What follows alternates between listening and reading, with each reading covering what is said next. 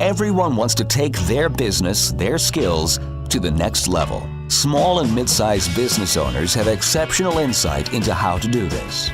They endure and thrive because they find ways to overcome the challenges that come their way, and they can teach us valuable lessons to apply to our own companies and lives. Stephen Nooner, founder and owner of Alkali, a company with a unique process that helps businesses more effectively buy and manage their insurance programs.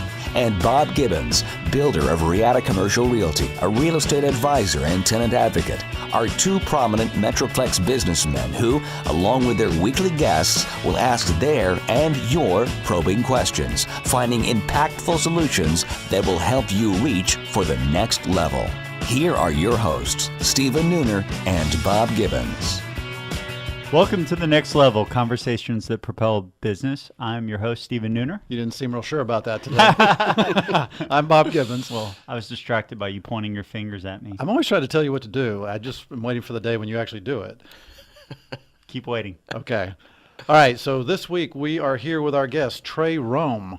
Trey is the founder and CEO of Home Tax Solutions. They're a company that's been in business for about 4 years, so fairly new still, but they're growing rapidly, got good revenues, 12 employees. They've got an office in Dallas on the top floor of a big office building. That's exciting. Yes, sir. And they do property tax loans, which I didn't even know existed before we started talking. Neither did I. So good. We all have something to learn today. If you want to learn more about Trey's company, please go to hometaxsolutions.com. Welcome to the show. Thank you, guys. Welcome. Happy to be here. Yeah.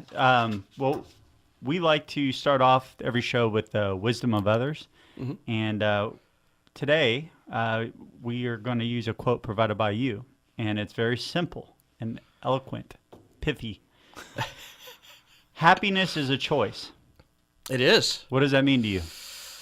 Well, I found it to be, it's hard to be angry. It's hard to have a bad day. If you're happy, it's pretty simple. And, a lot of people I've found have, they think that they're victims of their situation. And it's just sort of, they get this negative momentum in their life. And if you just take it from a glass half full perspective and say, well, golly, this is, it's actually really neat. I'm having, compared to, other people's and tough situations, I'm having a pretty good day. And when you start sort of looking at life through that lens, in my opinion anyways, it makes every day a lot better. So you can choose to be unhappy, you can choose to be happy, and you can choose how you react to situations. And sometimes bad things happen. I mean, it's life, but you can choose how you react. So are you naturally an optimist? I am. Yeah, you probably are. Yeah. I hate people like you. No, I'm teasing. No, I am too. But, the people that are not, the people that are the naturally pessimistic, I don't think this makes any sense to them. Well, how do you talk yourself into being happy? It's just a way of thinking, I guess. It comes more naturally to some people, I guess. But when you walk into a room and you're with someone that's negative, it almost is like they suck the energy out of the room. I call them energy suckers. Yeah. And it's just not a fun way to live. Yeah. And it really is just a frame of mind. It's not that difficult. It's just you got to choose how you react to situations. It's interesting that you chose this because we have in our company, we've always had what are called our 10 best habits. And we're trying to distill that down into 4 or 5, principles, core principles, values of our company, because 10's too many for people to remember. Right. So we're trying to distill them down. And one of the ones I'm considering right now is literally like the pursuit of happiness, because you can't, in my opinion, it's very difficult to make it in today's world. I mean, we've had Affordable Care Act, Obamacare, we've had government regulation, we've had insurance companies go out of the market. I mean, we've had so much, and if we didn't choose to have that attitude and be grateful for the opportunity, like I would have been done. Yeah. I would have been done. Well, I mean, there's a million things you can find to be upset about. I mean, the election we just went through being one of them, but there's a million things you can find to be happy about. I think it's just, what do you choose to focus on? I think is the most important thing. So let's get happy with talking about business. Let's learn about something completely new. Yeah. So To us. Home Tax Solutions, you guys do property tax loans, which is sort of explains itself, sort of. But before we get into the details of that, which I know there's a lot more to it, tell us how you got into it in the first place. So I was driving to work one day, and I was listening to a radio show, and there was an advertisement in the break, and I was listening to the ticket, actually. And it was an advertisement for property tax loans.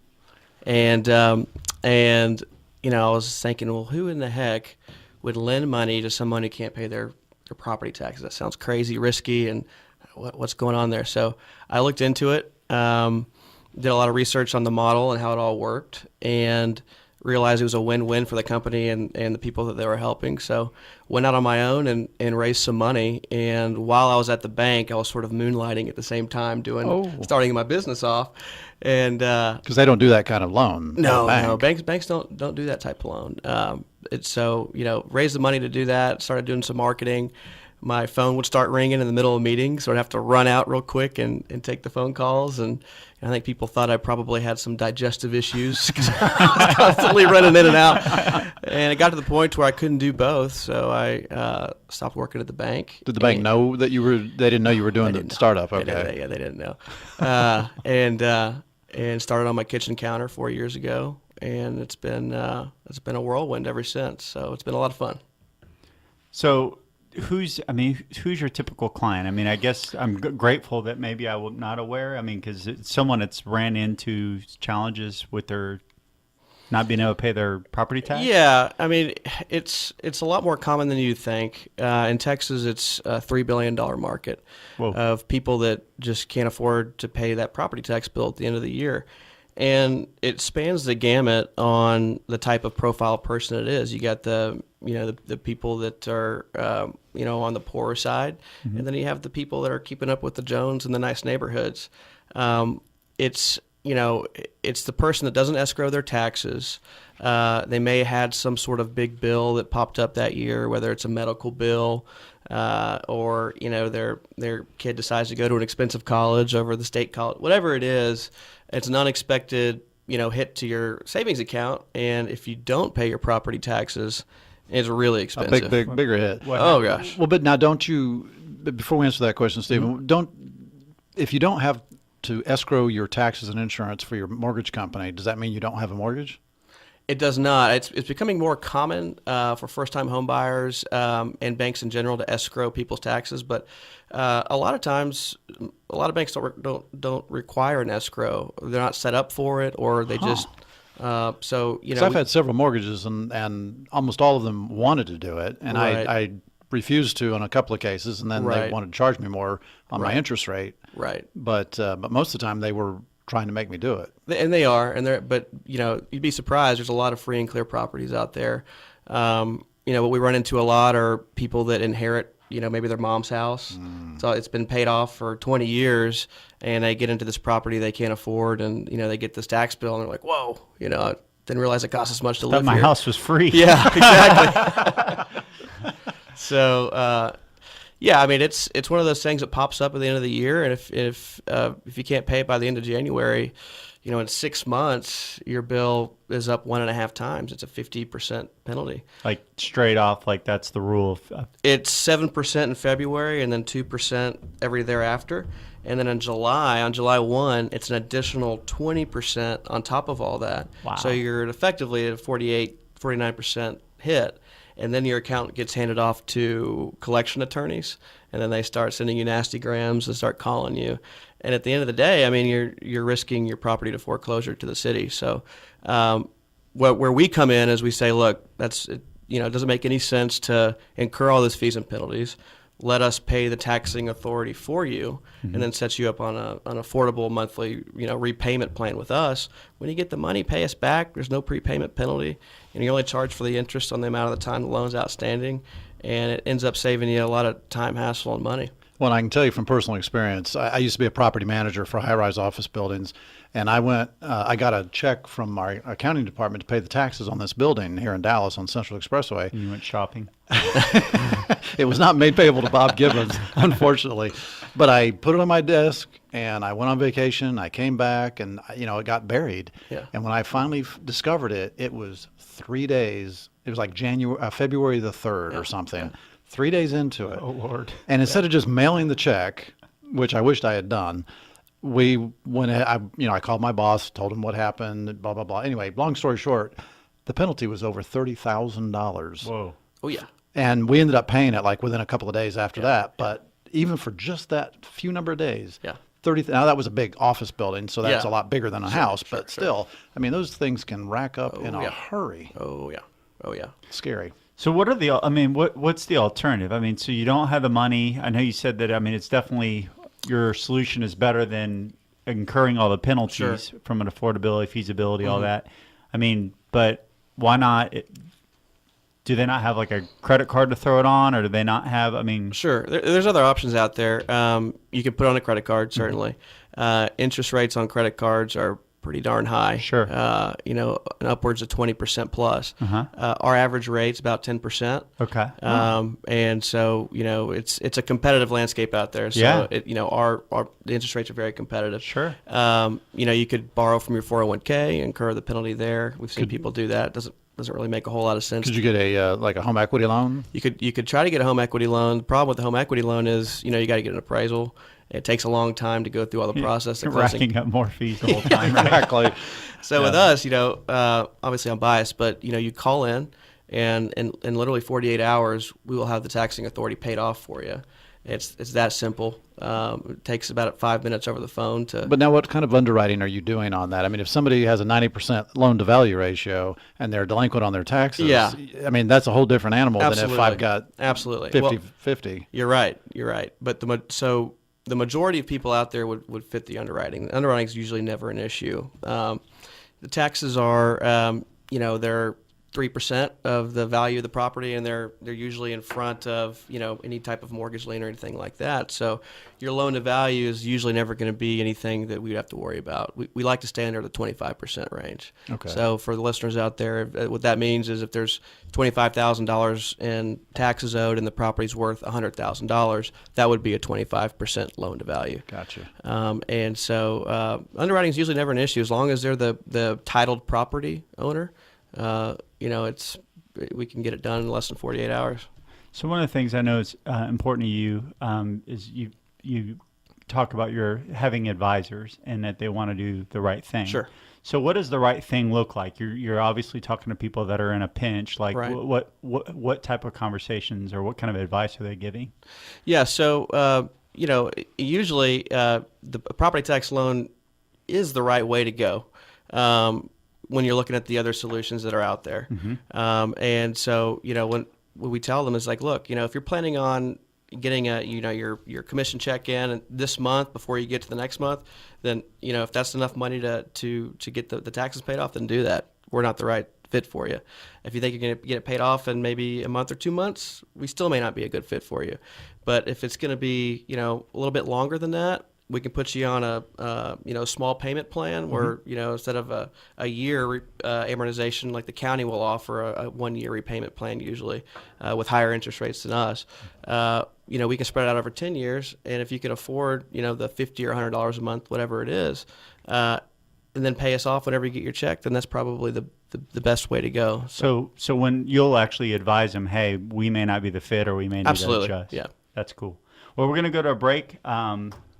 When bootstrapping a company, is it better to invest in high-level employees early on or grind it out with lower skill until you can't make it any further? Stick around and we'll get Trey's wisdom. And now, Confessions of a Recovering Landlord. This is Bob Gibbons with Riata Commercial Realty, and I am your recovering landlord. After 20 years as a landlord, I now use that experience only for the benefit of companies that lease or buy office buildings and warehouses. Today's confession: knowledge is power. We all negotiate from a position of power and strength, or at least we want to. In any negotiation, the party with the most knowledge probably has the upper hand. And landlords count on this being the case whenever you're negotiating a lease, because most landlords are professional real estate investors and they hire professional leasing agents and property managers. Landlords are in the market every day negotiating leases, while tenants probably only negotiate one, maybe two leases every few years. So tenants feel outgunned. Don't let landlords have all the power. As a former landlord for 20 years, I understand how landlords think and what motivates them. So let me put that knowledge and experience to work on your side of the negotiation. To learn more, contact me at texastenantrep.com. Again, that's texastenantrep.com. Have you started making plans to take your business to the next level in 2016? Hi, I'm Stephen Nooner, founder and CEO of Alkali. We have a trademark process called the Empowered Advantage that enables CEOs, business owners, and entrepreneurs to more effectively buy and manage their insurance. Before sitting down to make your plans for the new year, here are just a few things to consider. Would you say that you have an actual insurance strategy, one that you can articulate, or have you just purchased a policy here and there over the years? If you have an insurance strategy, was it discussed under the pressure of a renewal deadline or considered earlier in the year to avoid fire drill decision making? If your answer was no to either of these questions, then you may not have the right partner on your team. Visit alkaliservices.com to contact us and take the next step to a bigger and better future. Hi, this is Rick Sapio from businessfinishingschool.com. I had a great time with Bob and Steven, who, it's clear to me, took the short bus to school. Welcome back to The Next Level. We're here with our special guest, Trey Rome. If you want to learn more about Trey's company, Home Tax Solutions, please visit hometaxsolutions.com. Hey, one of the things I wanted to ask you about was what is it you're most excited about in your business right now? I would have to say it's just our growth. Over the last 4 years, we've come into a fairly mature industry.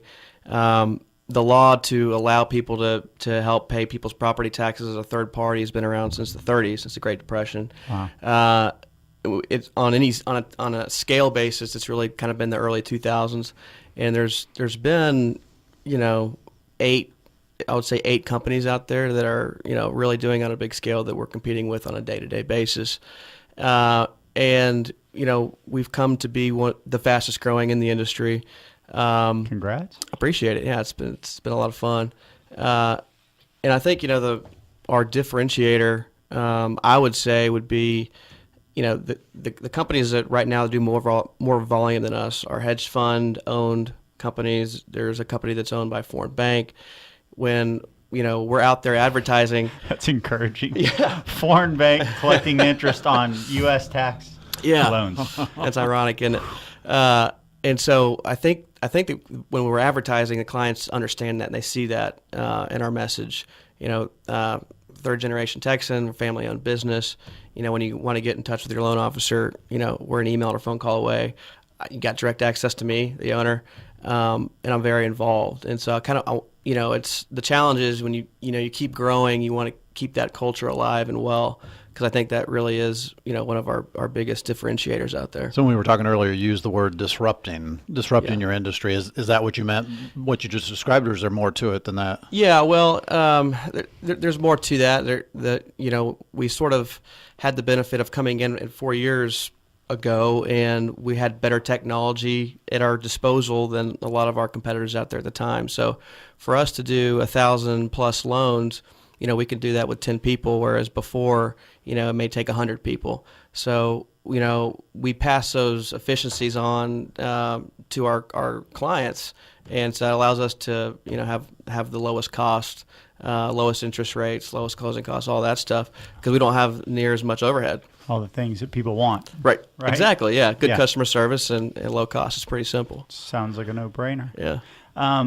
One of the things that I'm just curious about, and I think you've got a great story to share, I'm fascinated by how many successful entrepreneurs have these moments of truth, these kind of all-in type of moments. And I know that you had a big one that you had shared before the show. So why don't you tell us about that? Yeah. When I first got started, I had my hands in everything, and a big facet of our business is our marketing. It sounds barbaric and old-fashioned, but it's mainly direct mail. So like Advo, like those packs of things I get in the mail? Yeah, Okay. just envelopes with our message, and we order the list of people that are delinquent on their taxes, and we reach out to help them via direct mail. Okay. And as you can imagine, it's when you're sending out a lot of mail, it can get expensive. And when I first started out, I was doing everything from designing the letters to getting in my pickup truck and hauling over to the mail house and unloading the paper and doing everything. And I realized real quickly that I sort of needed help in that area. So I I got in touch with a vendor that we still use today that is sort of a one-stop shop deal for our direct mail marketing. And he convinced me, he's like, look, if you really want to do this right, it's going to be a pretty sizable investment. And at that time, I couldn't afford to write that check. But I knew it was either I do it or I don't. And that was sort of my moment. And so it was scary. It was an upfront big investment to print all the materials out. It was something like 10x what you had Yeah, spent 10 before, times right? what I would have spent. And that's big, it's like, if we send it out and the Especially when phones, you're starving. Yeah, exactly. And if I had done that and the phones didn't ring, that would put me out of business. So How long did it take for it to ring? it took like forever.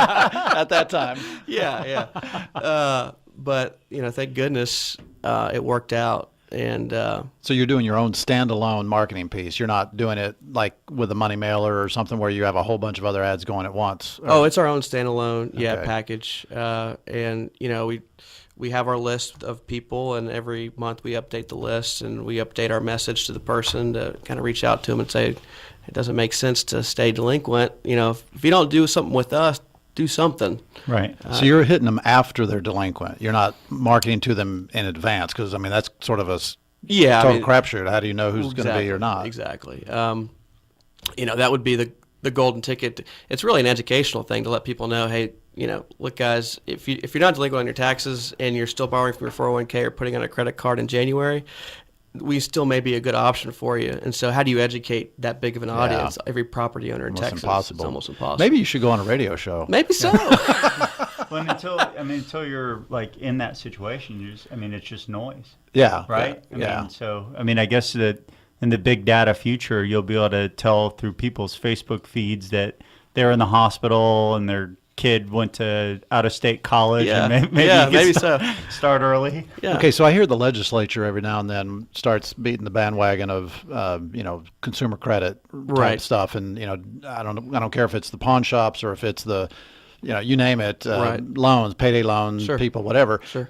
Do you get lumped into that whole category? So we're regulated by the OCCC. What does that mean? The Office of Consumer Credit Commission. Okay. It's a state agency. And so, we're fully regulated. We have audits. We've got all sorts of rules that have been legislated in that, we've got to abide by. And so, naturally, for any bank or lending institution, more regulation makes it harder to do business. More small business, regulation makes it harder for small businesses. So every 2 years when the state legislature meets, we got to stay on top of issues and be, proactive instead of reactive. But, in terms of when you say credit, the reality is we're not extending any new credit to anybody. These are taxes that are owed. Right. And you have to pay them. So we're literally stepping in the shoes of the tax assessor and satisfying those property taxes. We're not issuing any additional credit. So, that's sort of been the argument all along is, look, guys, we're not. They're this not isn't going out drinking and Yeah, gambling this money. Or exactly, whatever. exactly. So, Well, before we went to the break, I kind of alluded to, when you're bootstrapping. Yeah. I know you've grown a lot, and I know that one of the things you shared is kind of the challenge of knowing when to make another all-in choice and going for the higher dollar. So tell us about that. And what's your thought on that? Yeah, that's something we struggled with for a long time, and well, like I said earlier, whenever I had my hands in every facet of the business, I sort of took the approach of bootstrapping it, and in this business, the money we make is the money that, the margin between what we pay the bank and then, what we lend out. So, it's a thin margin deal, and it takes a lot of loans to be able to become profitable. So in that light, it didn't make sense, even though we had a lot of transactions happening, it didn't make a whole lot of sense from a P&L standpoint to hire the people that we actually needed to hire to get the job done. And so we just worked really long hours and did more with less. And where that caught up with us, in my opinion, was, it's a very accounting intensive business. Sure. There's thousands of checks going out, thousands of checks coming in for payments. And if you don't have the right staff in place, whenever you're every quarter talking to the accountants, it gets tough to, follow all the numbers around. So I spent a lot of time and spun my wheels with the accountants, where I could have been focusing on the business. And so we finally hired a CFO, a senior accountant, a collections team. So it's all A full-time CFO? yeah. Oh yeah. So you're a company of 12 people with a full-time CFO. You have to have it. That's amazing. Because our fuel is our capital, Yeah. and so we have to be on top of that. That was a struggle for us for a long time, but now we finally got it all. Hindsight 2020. Do you think that if you had made the choice earlier, do you think you'd be further along right now? Probably so. I mean, if I had spent more of my time, focusing on growing the business versus trying to make sense of all the stuff going on in the background, I think it would have helped.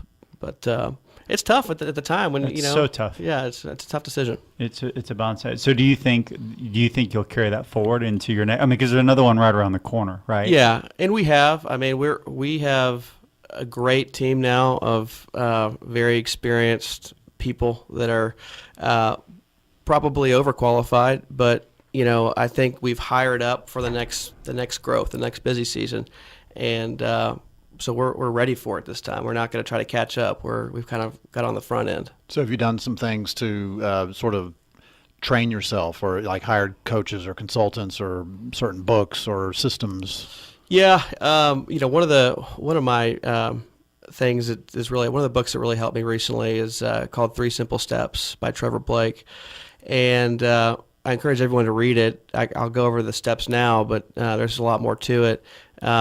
It's take quiet time every morning for 20 minutes. It is have a mentality control, so don't let the negative noise around you affect you. And it's the power of visualization of success. And those 3 things, it sounds simple, but it's hard to do and practice every day. Mm-hmm. But I've made a commitment to do that, and it really has allowed me to sort of, take back control. Instead of me sprinting on the treadmill, I feel like I'm more at a tempered jog, and so it's been really helpful for me. So you feel more conscious then because of the work? I do. I think I've had a lot of great things happen. As a result, I feel like I'm ready for my day. I feel like I can think and make better decisions, having that quiet time in the morning. It's been a huge help. So yeah, 3 Simple Steps by Trevor Blake. Well, thanks so much for that info and that insight. Really happy you were here on the show with us today. For our listeners, if y'all would like to learn more, please go to hometaxsolutions.com. And if you want to learn more about the show, where do they go, Stephen? NextlevelShow.com. Cool. If you know someone that needs to hear something from today, please spread the word. See you next week with Thank you, another guys. guest. Have a great week. Thanks. You have been listening to The Next Level, Conversations That Propel Business with Stephen Nooner and Bob Gibbons. Join us every Tuesday at 1:30 p.m. for more prolific conversations that will take your business to the next level.